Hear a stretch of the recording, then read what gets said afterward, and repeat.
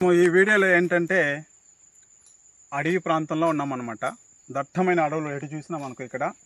నేను మీకు ఈ వీడియోలో పాల చెట్టు ఏ విధంగా ఉంటుంది అని చెప్పి నేను మీకు ఈ వీడియోలో పరిచయం చేపుతున్నాను అనమాట.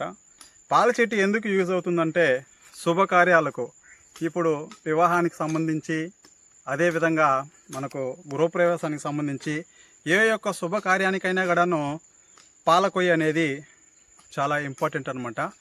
పాల కొయ్య లేనిదే ఏ యొక్క శుభకార్యం కూడాను చెయ్యరు. మనకు ఇక్కడ బ్యాక్గ్రౌండ్లో కనిపిస్తున్నటువంటిదే పాల కొయ్య అనమాట. ఇది పాల చెట్టు. ఇది ఈ పాల చెట్టు ఏ విధంగా ఉంటుంది, ఈ యొక్క కొయ్య ఎలా ఉంటుంది, ఆకులు ఏ విధంగా ఉంటుంది అనేది కూడా ఈ వీడియోలో క్లారిటీగా చూపించడం జరుగుతుంది. సో ఇలాంటి మరెన్నో వీడియోలు చూడాలనుకుంటే తప్పకుండా స్మార్టీశ్వర్ వ్లాగ్స్ ఛానల్ని సబ్స్క్రైబ్ చేసుకోండి. నేను చెట్టు దగ్గరికి వెళ్ళి కూడాను ఆ చెట్టు ఎలా ఉంటుంది, ఆకులు ఏ విధంగా ఉంటుందని చెప్పి కూడాను ఈ వీడియోలో క్లారిటీగా చూపిస్తాను, చూడండి.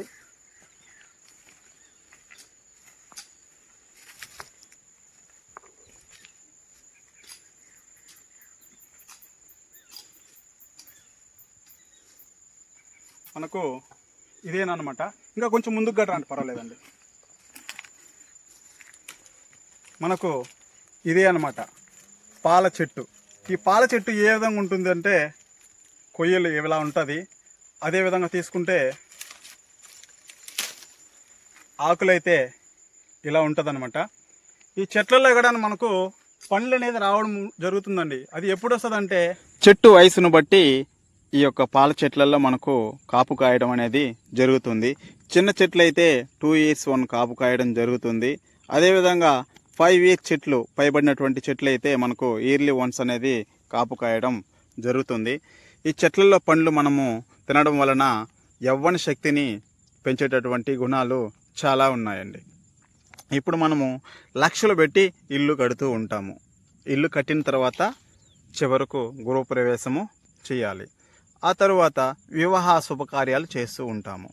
వివాహ శుభకార్యాలకు కూడాను కొన్ని లక్షలు పెట్టి ఖర్చు చేస్తూ ఉంటాము. అప్పుడు కూడాను మనకు ఇలాంటి పాల కొయ్యలను మనము ఉపయోగిస్తూ ఉంటారు. ఈ పాల కొయ్యలను ఎందుకు ఉపయోగించాలి అనేది కూడా ఈ వీడియోలో క్లారిటీగా తెలుసుకుందాము.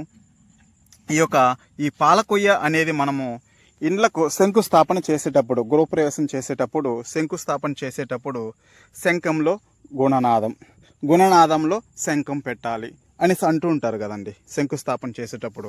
అదేవిధంగా శంకుస్థాపన చేసేటప్పుడు పాలు పొంగినట్లుగా ధనం, ధాన్యం, సిరు సంపదలతో కుటుంబ సభ్యులతో ఆనందంగా ఉండాలి అని ప్రతి ఒక్కరు కూడా కోరుకుంటూ ఉంటారండి.